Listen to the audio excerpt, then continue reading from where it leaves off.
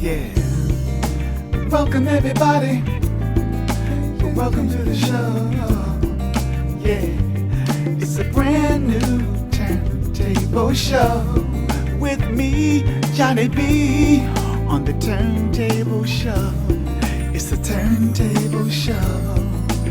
Let's get down tonight. Everybody come on. I wanna get down from around the world. Let's get down tonight. Everybody's getting down. I wanna get down tonight. Let's get down from Paris to LA. Everybody's getting down. Let's get down with me, Johnny B, on the turntable, y'all. Welcome. Today we have a brand new guest, and I'm so excited to have you on board to check out everything behind the scenes in the music business. How they got there, where they are, and where they're going. You're at the right place at the right time, right here on the turntable.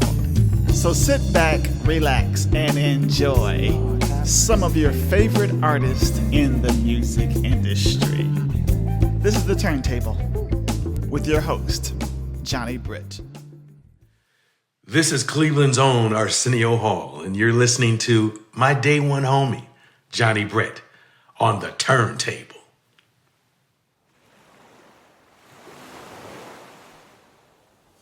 Will Downing, you are a fabulous talent. It's so great to have you on the turntable this week. Of course, we've all been fans of yours for a number of years.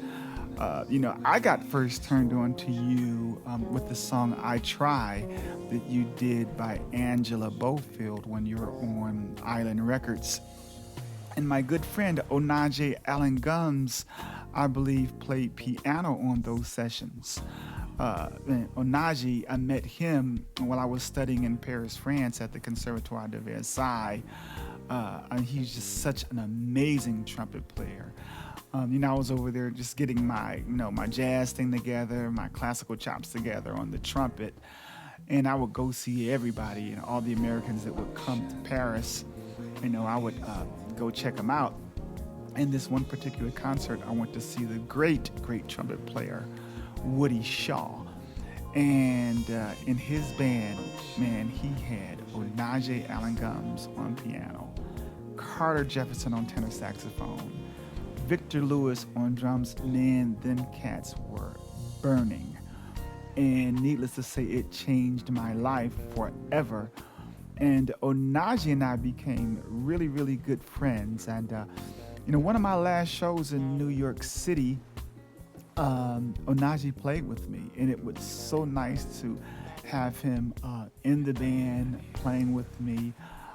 This was a couple years before his recent passing. I'm so sad to say that. But I just wanted to ask you, Will, tell me, what was it like working with the great Onaje Allen Gums? And who was your producer on those sessions? Hey, man, first and foremost, thanks for having me on the show. It must have been a slow week. You probably couldn't find anybody, so. Onaje, yeah. I met Onaje in the late 80s. He worked on, the very first thing he worked on for me was I did an arrangement and a production of Wishing on a Star. Oh. And Onaje helped with the string arrangement along with another gentleman. And that was kind of like the real beginning for he and I. And after that, we worked together quite a bit on like his projects. I used to do shows with him. And then we worked together on the third album, which was entitled A Dream Fulfilled. And that album had the song that you mentioned earlier, Angela Bofield's I Try. Did a song called I Go Crazy, which I hated with all the venom and whatever in me. I hated that song. Oh my goodness. And Onaje was there when I got the phone call from the president at the label who insisted that I do this song. And I didn't know what to do with it. The song was originally done by an artist named Paul Davis. And I didn't want to do it. And so Onaje said, well, let me take a crack at it. And the next day we got together and he sat down at the piano and he played me what the song could be. Right. And together, we kind of made that thing what it is. And now if I don't do the song, Of course. I'll probably get hurt. There'll be some furniture moving in the building, wherever we're playing. But then I hated the song, and he made me fall in love with it. So what a talented individual, and I will miss him, and I miss him dearly. Yeah, I miss Onaje too. Tell me, Will, you have such a distinct sound with your voice, and I know Will Downing the moment I hear you. Now, tell us how and where did it all start for you, and are you originally from New Jersey? Man, thank you. I've always looked at my voice as a curse. What? I think that sometimes it's so unique that it works in my favor, and sometimes it works against me. How did I start? I started primarily as a background vocalist in like the 80s. So I've done a ton of records. Mariah Carey, Billy Joel. I'm looking at my wall of fame and shame even as we speak. Billy Ocean, Jonathan Butler. The list is pretty much endless. There were a lot of records that were being done in New York back in the early and mid 80s. I was fortunate enough to get the call on. So yeah, I worked. That's primarily how I made my living as a background vocalist. And how I got my solo deal prior to me becoming a solo artist, I had done a series of 12-inch records under assumed names, if you can get my drift. So we would be in the studio making these studio records, these 12-inch kind of dance records, and then they would just make up a name, So I was the Goon Squad. There was a movie called The Goonies, and they had a soundtrack, and they just made up a name called The Goon Squad, and we did a record called 8 Arms to Hold You. And then I was in a group called NV, which was a studio group, just the initials NV on Sire Records. So I did a couple of those. I was Pilot, the artist named Pilot, on Prelude Records. We had one record called You Are the One. It was me and a producer named Shep Pettibone. That was our group. And then I was Wally Jump Jr. and the Criminal Element on Criminal Records. Don't laugh, I know. Yes, that is the name of the record, or the name of the group, and yes, that was the label. Wally Jump Jr. and the Criminal Element on Criminal Records. And we did the answer record to Gwen Guthrie. Gwen Guthrie had Ain't Nothing Going On But the Rent. We had an answer record called Ain't Gonna Pay You One Red Cent. Yeah. Well, after that came out, someone heard it at a label and offered me a solo deal, because they had heard me on so many of these other records that under these assumed names, and they just thought, hey man, if you're good enough to do all these records, you're good enough to do your own. So yeah, I got the opportunity in 1987. I got signed in 87, and in 88, I released my very first album, which was self-titled, just Will Downing. Yeah, and the first single from that in America was the song Free, originally done by Denise Williams. And in the rest of the world, it was A Love Supreme. We did a dance record, did a dance interpretation of the John Coltrane jazz tune, A Love Supreme, and added lyrics to it as well. So that was my first foray into becoming a solo artist. Ta-da! Man, that's fantastic, Will. Listening to you, man, I can tell that you have a wide range. Not only as a vocalist, but I mean like stylistically. I mean, shoot, you did a John Coltrane tune, and so I know that you got it. And my question to you is like, what type of music do you love to listen to besides R&B? Yeah, thanks, man. I try not to put myself in a box musically. I enjoy a little bit of everything, but my mainstay is kind of R&B. But, obviously growing up, my parents were, not obviously, but they were big jazz fans. I'm the youngest of 4, so whatever my sisters and brother played, I listened to. So they were listening to Earth, Wind & Fire, or the Jackson 5, or the Ohio Players, or whoever it was, that's who I listened to. So my ear is pretty much attuned to that. And when I started singing, I went right back to my roots and incorporated everything I've ever heard from my parents. So they would play like Ray Charles, or they would play Nat King Cole, Arthur Prysock, Isaac Hayes. So my voice changed. Those were the people like Isaac Hayes and Arthur Prysock and Barry White. Those were the folks that I was emulating as a vocalist. And musically, I just kind of dug where the music was, So I just sort of incorporated what was and what is now and made a hybrid of what I do. So, yeah, man. Your upbringing and what you listen to as a youngster is real important. Well, man, it's in you, man, and we just love it. Hey, check it out. I really want to congratulate you, man, on your brand new single, Right Where You Are. Tell us about this song, and did you write it, and who was the producer?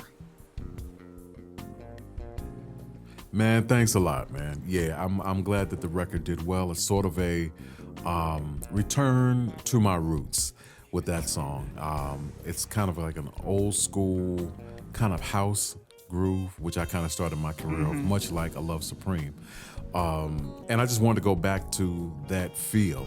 I recorded that during this COVID season, and the tempo was important to me because people were really, was and still are very down about this whole thing. And I just wanted something with some tempo, good feeling to it, just to kind of lift people's spirits.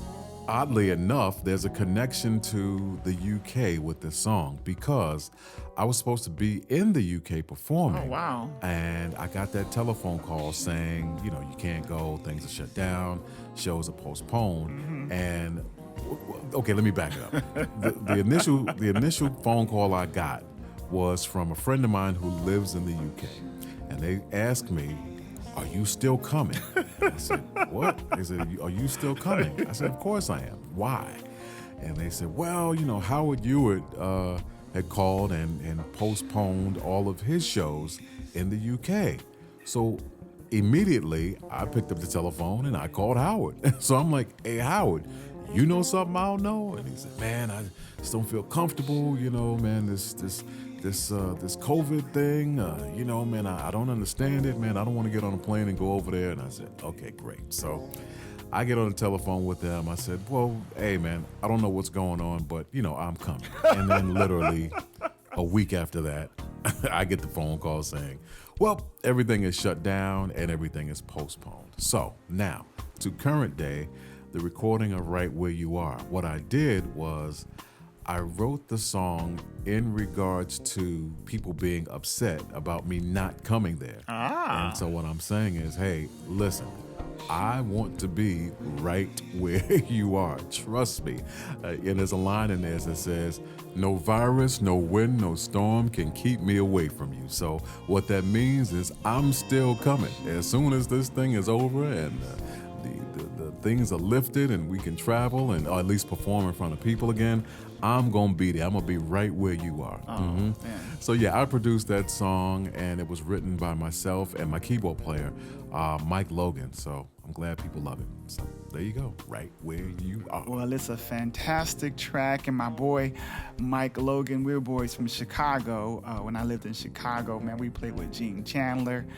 And it was, Mike is really, really special. He's my boy. So I'm glad that he's in your camp and you guys wrote a fantastic, fantastic song. So, Will, brother, look, Mike is doing something with you, man. I got to do something with you, man. I mean, I don't care, man. It can be some horn arrangements, trumpet solos, write a song I can produce, some hand claps, anything, Brother Will. I don't care. I just want to get down with Will Downing in the studio. Man, look here, Johnny. If you want to lower your standards and work with the dregs of society, the musical society, then come on. No, man, I'd love to. I love recording horns. I love recording horn sections. And hell, man, you're just an amazing vocalist as you Thank are you. a Thank you. player. So yeah, you got it all covered, man. So we can do a duet together, and then you can jump on your horn and do that, and then you can do a horn arrangement, do it all. Shoot, come on, let's Man, make some thank you good music. so much, Will. That really, really, really does mean so much coming from you.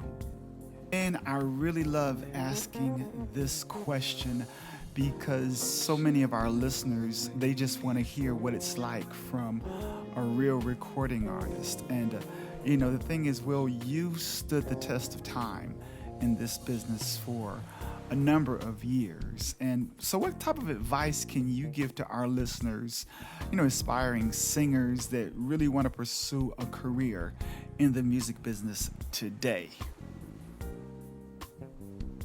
Yeah, I've been in the business. My first record came out in '88. So 32 years. 32 years and 24 albums. So I'm working on 24 right now, putting the finishing touches on it. What can I tell people? Well, the one thing that has worked for me is consistency. If you were to put on the very first record in '88 and put on the latest release, which is called Romantique, they would make a good handshake together musically. I've always tried to be consistent in what I do. I never really followed the music trends because trends kind of come and go. I found out what my strengths are and I followed them, And also I found out by performing live. People will let you know what they want to hear, what they enjoy from you. You can look at the elation on people's faces and or the anger or the disappointment or the boredom when you're looking at their faces. So, that's how you kind of really find out what people expect from you, what people like from you. So, yeah, that's how I kind of developed my style. What would I tell new, young, up-and-coming artists? Well, the industry has changed so much since I started. But the one thing that I've noticed that a lot of young folks don't do now, and recording artists in general, I'm not just going to relegate this to young in number, but maybe young in recording. The one thing that I've learned about and what I've seen recently that I don't necessarily like is that you don't see a lot of bands anymore. You don't see a lot of people performing with other musicians. I think that and technology hasn't helped, a lot of up-and-coming artists now, they're kind of like loners. They sit there in front of their computers and they do what they do, and then they just send it out, and if they get, a series of likes or whatever it is, they think possibly better than what they really are. And I don't think that's the way it should be done. Music lives because when you're performing live, the drummer might do something that the bass player, might influence the bass player. The bass player might do something that would influence the guitar player. The guitar player might do something that influences the keyboard player. The keyboard player might do something that influences the vocalist or the soloist or, whether it be an instrumentalist. So that's really music. And I think that people need to get that experience if this is what you're trying to do. You have to get the experience of working with other people. It's going to enrich your career and your life in ways that you can never imagine, in ways that you just can't get from sitting in front of a computer. It's impossible. So, if you're out, work with people. That's the one thing that I would say. And then also, and I've been saying this for years, is that it's called the music business for a reason, or the business of music. There will be no music without the business. So learn the new aspects of the music business. Now streaming is the way to go. So you need to know how you can collect your revenue from streaming. It used to be primarily done from sales, and someone would give you a sales report and they would say, okay, we advanced you this amount of money, we've sold this amount of records, we've made this amount of money, we're back, we're even, okay, here's your percentage from, what we're profiting from now. So those days, unfortunately, are kind of gone. Yeah. So now it's all about streaming and other ways of making income in the business and licensing. So, kind of learn that aspect of the business as well. Just don't be an artist. Just don't be the person behind the microphone, the talent or the pretty face. Just don't be that. Learn the business aspect of the music business. All right? And Will, you just hit it right out of the park, and I so appreciate it. I couldn't agree with you more, brother. And man, I just want to thank you so much for being on my show, The Turntable, today. And Will, before I let you go, you got to let everyone know how they can reach you, what's coming up next for Will Downing. Man, I just love your radio show, the Wind Down Radio Show with Will Downing. Tell us all about it. Thanks for having me on the show. I really, really, really appreciate it. People can catch up to me on social media. I'm Will Downing 3 on Instagram and Twitter. I'm Will Downing Singer on Facebook. And you can come to my website. Go to willdowning.com, and it'll tell you what's going on with me from moment to moment. It'll let you know what's happening with the upcoming release, the next record, which will be a little sooner than later. Might come out this year. You never know. Come to the website and come find out. All right. And man, thank you. I really appreciate you mentioning my show as well, The Wind Down. Yeah. So you can also go to my website and you can click on the link that'll take you to someplace where you can play The Wind Down. All right. So there you go.